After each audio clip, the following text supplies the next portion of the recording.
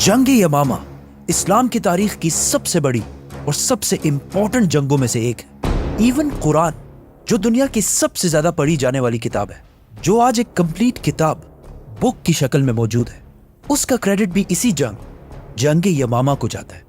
खिलाफत अबू बकर रज़ियल्लाहु तआला अन्हु को मिलने के बाद अरब के बहुत सारे कबीलों ने बगावत का ऐलान कर दिया। कुछ ने ज़कात देने से इनकार कर दिया और कुछ ने तो नबूवत का झूठा दावा कर दिया। जिनमें सबसे ताकतवर बागी और झूठा नबी मुसैलमा कज़्ज़ाब था। तो अबू बकर रज़ियल्लाहु तआला अन्हु ने अरब के सारे बागियों से लड़ने के लिए मुसलमानों की फौज को 11 हिस्सों में डिवाइड किया, जिसके बाद खालिद बिन वलीद रज़ियल्लाहु तआला अन्हु इन बागियों को क्रश करते गए और आखिर सारों को खत्म करके यमामा मुसैलमा कज़्ज़ाब की फौज के पास पहुंचे। मुसलमानों की बाकी सारी फौजें अरब के सारे बगावतों को खत्म करके अब सिर्फ इसी यमामा की जंग की तरफ देख रहे थे, क्योंकि इसी जंग ने मुसलमानों का फ्यूचर डिसाइड करना था। खालिद बिन वलीद मुसलमानों की 13,000 फौज लेकर यमामा के मैदान पहुंचे, जहां सामने मुसलमा की 40,000 की फौज उनका इंतजार कर रही थी। जैसे ही जंग शुरू हुई, मुसलमानों ने एक मिनट, ये मुसलमा आखिर था कौन जिसने इतनी तेजी से और इतनी आसानी से अरब की सबसे बड़ी फौज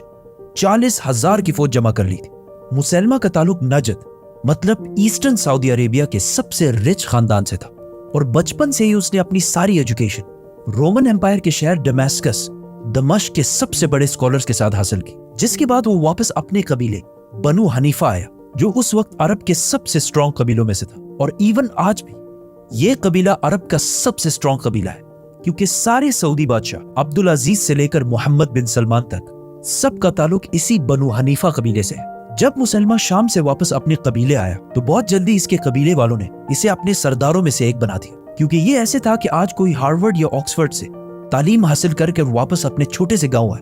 मुसलमान अपने इल्म और टैलेंट्स की वजह से अपने कबीले में बहुत मशहूर हो गया। लेकिन जब मुसलमान नजद में अपने कबीले को लीड कर रहा था, उसी वक्त हिजाज में आप सल्लल्लाहु अलैहि वसल्लम मदीना में एक नई रियासत कायम कर चुके थे और ऑलमोस्ट हर साल उनकी मक्का वालों के साथ जंग होती रहती थी, बदर, ओहद, खंदक। लेकिन आखिर सुलह हुदैबिया के बाद मदीना की रियासत आहिस्ता आहिस्ता बहुत स्ट्रॉन्ग होने लगी और कुछ ही साल बाद मुसलमानों ने मक्का को भी फतह कर लिया, जिसके बाद आहिस्ता आहिस्ता पूरे अरब को समझ आने लगी कि मोहम्मद सल्लल्लाहु अलैहि वसल्लम ही अल्लाह के रसूल है और अरब कबीले हर तरफ से इस्लाम कबूल करने के लिए मदीना आने लगे। ये सब देखकर बनु हनीफा कबीले के लोगों ने भी अपने सरदारों से डिमांड की कि वो भी जाकर मदीना में आप सल्लल्लाहु अलैहि वसल्लम से मिले। जिसके बाद मुसलमा अपने 2 सरदारों के साथ मदीना की तरफ रवाना हुआ। मदीना पहुंचकर वो रसूलुल्लाह सल्लल्लाहु अलैहि वसल्लम के सामने हाजिर हुए और मुसलमा ने आप सल्लल्लाहु अलैहि वसल्लम से कहा कि हम सिर्फ और सिर्फ एक शर्त पर इस्लाम कबूल करेंगे कि आप अपने बाद हमें मतलब मुझे अपना जाननशीन खलीफा बनाएंगे। तो आप सल्लल्लाहु अलैहि वसल्लम ने वहां पड़ी एक खजूर की टहनी उठाई और मुसलमा से कहा कि अगर तुम मुझसे ये इतनी छोटी चीज भी मांगोगे, मैं तुम्हें नहीं दूंगा। मतलब तुम्हें खलीफा बनाने का कोई सवाल ही पैदा नहीं होता। ये लोग मदीना से मायूस होकर वहां से रवाना हुए और वापस अपने कबीले पहुंचकर उन्होंने सारों को जमा किया और उन्हें कहा कि अल्लाह के नबी मोहम्मद सल्लल्लाहु अलैहि वसल्लम ने अपने साथ मुसलमा को भी अल्लाह का रसूल बना दिया है। कुछ लोग ये सुनकर बहुत खुश हुए, लेकिन कुछ लोग फिर भी कंफ्यूजन में थे। जब मदीना में मुसलमानों को इस बात का पता चला, उन्होंने इसी बनु हनीफा में से एक बंदे को इनकी तरफ रवाना किया ताकि वो जाकर इन्हें हकीकत बता सके। जैसे ही वो शख्स अपने कबीले के दरमियान पहुंचा, उसने कहा कि मुझे अल्लाह के रसूल मोहम्मद सल्लल्लाहु अलैहि वसल्लम ने भेजा है। जिसके बाद सारे लोग इसके गिर्द जमा हो गए और इसकी बात गौर से सुनने लगे। उसने कहा कि मुझे मदीना से इसलिए भेजा गया ताकि मैं तुम सबको ये बता सकूं कि ये जो मुसलमा है और ये जो कुछ भी कह रहा है बिल्कुल सच कह रहा है और यही मुसलमा अल्लाह के रसूल है। जिस पर इस कबीले के लोगों को ये बात कंफर्म हो गई और वो सारे मुसलमा को अपना पैगंबर मानने लगे। इससे पहले कि लोगों को इनकी हकीकत का पता चले, मुसलमा ने इस्लाम की बहुत इंपॉर्टेंट चीजों को खत्म कर दिया। मतलब शराब को हलाल कर दिया और फहाशी को बिल्कुल जायज कर दिया और फजर और इशा की नमाज खत्म करके नमाजें 5 के बजाय 3 कर दी और रमजान के महीने के रोजे भी खत्म कर दिए और गवाहों के बगैर निकाह को जायज कर दिया। And not only that, Quran की आयत को चेंज करके एक नई किताब बनाना शुरू की। लोगों ने जब मुसलमा के इस आसान रिलीजन को देखा और फिर इस्लाम के सख्त रूल्स देखे, तो वो इस्लाम को बिल्कुल छोड़कर मुसलमा की तरफ आने लगे और आहिस्ता आहिस्ता मुसलमा का रिलीजन हर तरफ फैलने लगा। अब यहाँ क्वेश्चन ये है कि रसूलुल्लाह सल्लल्लाहु अलैहि वसल्लम ने तो बहुत मुश्किल से इस्लाम को फैलाया था, तो मुसलमा कैसे इतने आसानी से ग्रो कर रहा था? असल में जब आप सल्लल्लाहु अलैहि वसल्लम मक्का में थे, तो मक्का के सरदारों ने आप सल्लल्लाहु अलैहि वसल्लम को ये ऑप्शन दिया था कि अगर आप हमारे खुदाओं को खुदा माने तो हम भी आपके खुदा को मान लेंगे और आपको अपना लीडर बादशाह बना देंगे। جس پر آپ صلی اللہ علیہ وسلم نے فرمایا تھا کہ اگر میرے ایک ہاتھ پر سورج اور دوسرے ہاتھ پر چاند بھی رکھ دو تب بھی میں تمہارے خداؤں کو ایکسیپٹ نہیں کروں گا. جس کے بعد مکہ والوں نے مسلمانوں پر بہت سخت ظلم شروع کیے، لیکن مسلمہ اس کے بالکل اپوزٹ کیا اور عرب کے ہر قبیلے کے خداؤں کو ایکسیپٹ کرنے لگا اور عرب کے سارے الٹے پھلٹے رواجوں کو بھی ایکسیپٹ کرنے لگا، جس کی وجہ سے یہ قبیلے بھی مسلمہ کو بہت آسانی سے قبول کرنے لگے اور اس طرح مسلمہ بغیر کسی سٹرگل کے آگے بڑھنے لگا. اور پھر آخر ایک دن مسلمہ نے آپ صلی اللہ علیہ وسلم کی طرف ایک خط بھیجا جس میں اس نے کہا، مسلمہ اللہ کے رسول کی طرف سے، محمد اللہ کے رسول کی طرف، اب ہم اس کام میں ایک دوسرے کے ساتھ شریک ہیں، آدھی دنیا آپ کی اور آدھی دنیا میری. جس کے بعد آپ صلی اللہ علیہ وسلم نے انہیں جواب دیا کہ محمد اللہ کے رسول کی طرف سے، مسلمہ کذاب کی طرف، مطلب مسلمہ بہت بڑے جھوٹے کی طرف. مسلمہ نے اپنے لیٹر میں کہا تھا کہ آدھی دنیا آپ کی اور آدھی دنیا میری، جس پر آپ صلی اللہ علیہ وسلم نے انہیں جواب دیا کہ دنیا نہ میری ہے نہ تمہاری ہے، بلکہ ساری دنیا صرف اللہ کی ہے اور وہ جسے چاہے اسے ہی دیتا ہے. آپ صلی اللہ علیہ وسلم کی زندگی میں تو مسلمہ کی اتنی جرت کبھی بھی نہیں ہوئی کہ وہ بغاوت کا اعلان کر سکے، لیکن آپ صلی اللہ علیہ وسلم کی وفات کے فوراً بعد مسلمہ نے ابو بکر رضی اللہ عنہ کی خلافت سے بغاوت کا اعلان کر دیا. جس کے بعد ابو بکر رضی اللہ عنہ نے مسلمانوں کی 11 فوجیں بنائی، جن میں سے ایک کو انہوں نے مسلمہ کی طرف بھیجا اور انہیں کلیئر آرڈرز دیے کہ صرف مسلمہ کی فوج کو روکنا ہے، ان پر حملہ نہیں کرنا. لیکن اس فوج کے کمانڈر اکرمہ رضی اللہ عنہ نے مسلمہ پر حملہ کر دی اور وہ جنگ ہار گئے. جس کے بعد ابو بکر رضی اللہ عنہ نے مسلمہ کی طرف ایک دوسری فوج بھیجی اور انہیں بھی وہی آرڈرز دیے کہ مسلمہ پر حملہ نہیں کرنا، لیکن اس فوج نے بھی مسلمہ پر حملہ کر دی اور وہ بھی جنگ ہار گئے.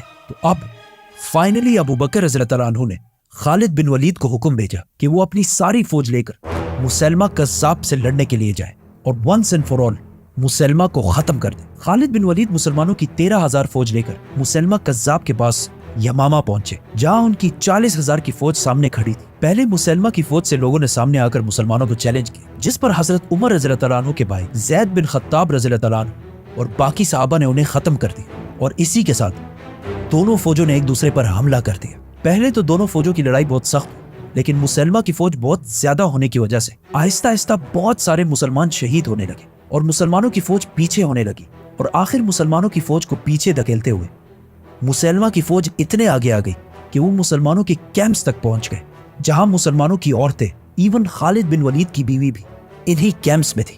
ایسا لگ رہا تھا کہ کلیئرلی مسلمان اب جنگ چھوڑ کر بھاگ جائیں گے اور مسلمہ یہ جنگ جیت جائے گا. خالد بن ولید رضی اللہ عنہ کو اس بات کا پتا تھا کہ اگر آج یہ جنگ مسلمان ہار گئے تو مسلمہ کی یہ فوج سیدھا مدینہ پر حملہ کرے گی. اب جب اور کوئی بھی آپشن نہیں تھا، خالد بن ولید، زید بن خطاب اور کچھ اور صحابہ مسلمانوں کی فوج کو چھوڑ کر دشمنوں کی طرف بڑھنے لگے اور آہستہ آہستہ بہت سارے دشمنوں کو کرش کرنے لگے. مسلمانوں کی فوج نے جب اپنے لیڈر خالد بن ولید اور کچھ باقی صحابہ کی بہادری دیکھی تو ان کا حوصلہ بھی بڑھنے لگا اور وہ آہستہ آہستہ جنگ میں واپس آنے لگے. اور کچھ ہی دیر میں مسلمانوں کی ساری فوج نے مسلمہ کی فوج پر اتنا سخت حملہ کیا کہ وہ جنگ چھوڑ کر پیچھے بھاگنے لگے اور بھاگ بھاگ کر آخر ایک باغ پہنچے جو چاروں طرف سے دیواروں میں کورڈ تھا.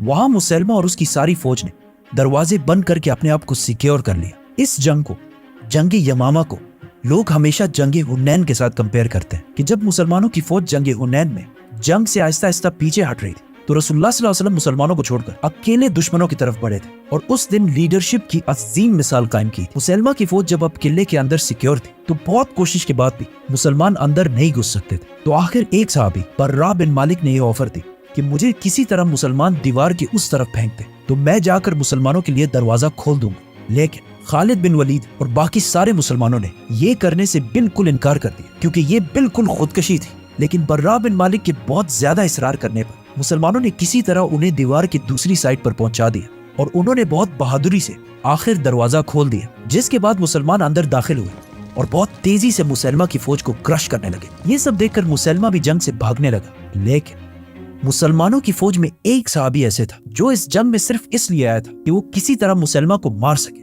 حضرت وحشی رضی اللہ عنہ. کیونکہ اس سے بہت سال پہلے جنگ احد میں حضرت ابو سفیان رضی اللہ عنہ کی بیوی ہندا کے کہنے پر وحشی نے آپ صلی اللہ علیہ وسلم کے چچا حضرت حمزہ کو شہید کر دیا تھا. لیکن اس اتنے سخت دکھ کے بعد بھی آپ صلی اللہ علیہ وسلم نے مکہ فتح کرنے کے بعد وحشی کو معاف کر دیا، لیکن انہیں یہ کہا کہ کبھی میرے سامنے مت آنا. تو اب وحشی اپنے اوپر سے اس داغ کو ختم کرنے کے لیے اسلام کے سب سے بڑے دشمن मुसैलमा को खत्म करना चाहता था। तो जब मुसलमानों की बाकी फौज जंग में बिजी थी, वाहशी सबको छोड़कर सिर्फ और सिर्फ मुसैलमा के पीछे जा रहा था। तो जब उन्होंने देखा कि मुसैलमा जंग छोड़कर भाग रहा है, तो उन्होंने अपना वही मशहूर नेजा उठाया और दूर से उसे मुसैलमा पर फेंक दिया, और इस तरह मुसैलमा मर गया। और इस तरह नजद का ये सारा इलाका दोबारा फतह हो गया। मुसलमानों की बाकी फौजों ने भी सारी बगावतों को क्रश कर दिया। मदीना में खलीफा अबू बकर रज़ियल्लाहु अन्हु एक बार फिर पूरे अरब के खलीफा बन गए, और पूरे अरब को समझ आ गई कि आप सल्लल्लाहु अलैहि वसल्लम के बाद इस्लाम खत्म नहीं हुआ। जब मुसलमानों की इस अजीम फतह की खबर मदीना पहुंची तो वहां के लोग बहुत खुश हुए, लेकिन जब हजरत उमर रज़ियल्लाहु अन्हु ने देखा कि इस जंग में 700 सहाबी ऐसे शहीद हुए हैं जो हाफिज कुरान थे, तो उन्होंने सोचा कि अगर आहिस्ता आहिस्ता ऐसे ही हाफिज कुरान शहीद होते गए कि एक दिन कहीं ऐसा ना हो कि मुसलमान कुरान के सीक्वेंस के बारे में भी इख्तिलाफ में पड़ जाए और बहुत सारे फिरकों में डिवाइड हो जाए, क्योंकि उस वक्त कुरान छोटे छोटे हिस्सों में कहीं कहीं पर लिखा हुआ था और ऐसे कंप्लीट जिस तरह आज हम पढ़ते हैं इस तरह मौजूद नहीं था। तो उन्होंने जाकर अबू बकर रज़ियल्लाहु अन्हु को कन्विंस किया कि हमें कुरान को सही सीक्वेंस के साथ लिखना चाहिए ताकि मुसलमान कुरान की वजह से फिरकों में ना बढ़ सके। और इस तरह अबू बकर रज़ियल्लाहु अन्हु ने कुरान को सही सीक्वेंस के साथ एक किताब की शक्ल में लिखने का हुक्म दिया। सब्सक्राइब।